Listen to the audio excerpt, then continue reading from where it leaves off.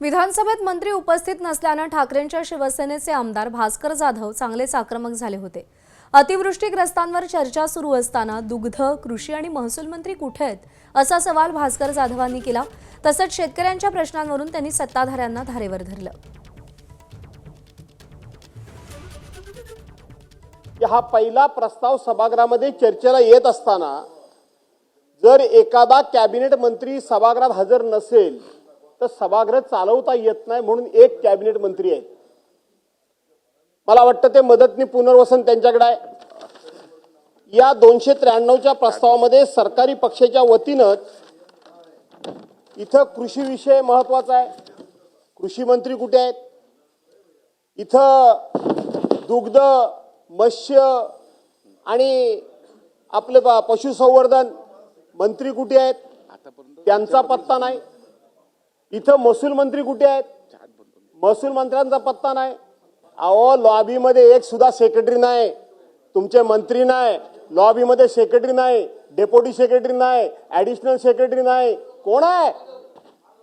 काय चाललंय काय? अशा पद्धतीने कामकाज चालवता येतं? चालवा तुम्ही, आमचं काय म्हणणं नाही। आम्ही ओरडतोय, पण सरकारच्या वतीनं इतका गंभीर विषयाचा प्रस्ताव समोर आलेला असताना कुठे आहेत मंत्री? कुठे गेले मंत्री?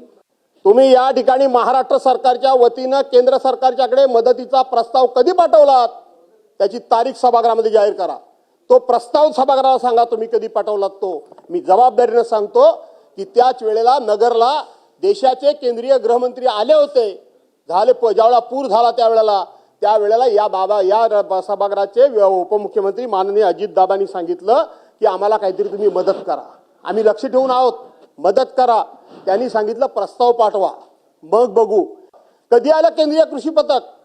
केंद्रीय पाहणी पथक आलं कधी? किती दिवसानंतर ह्या घटना घडल्यानंतर आलं? आणि ते दिवसा आलं की रात्र आलं हो मंत्री महोदय। पाहणी जी केंद्रीय पथकाने जी केली ती रात्रीची केली, दिवसा का नाही केली? दिवसाही केली का?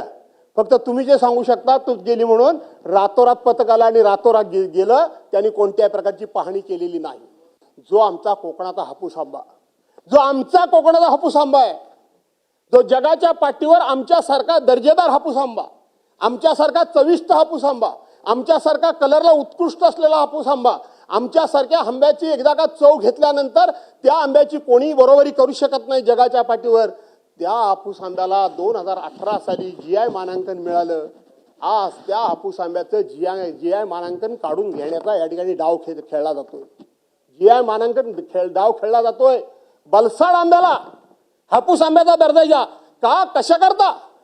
काय संबंध त्याचा? आज 400-500 वर्षापूर्वीपासूनचा आमचा आंबा आहे, जे आमचं आहे, जे आमचं फळ आहे, जे आमचा पॅटर्न आहे, जे आम्हालाच असलं पाहिजे, त्याच्यावर घालायचा त्या ठिकाणी कशा करता? ABP माझा, उघडा डोळे बघा नीट।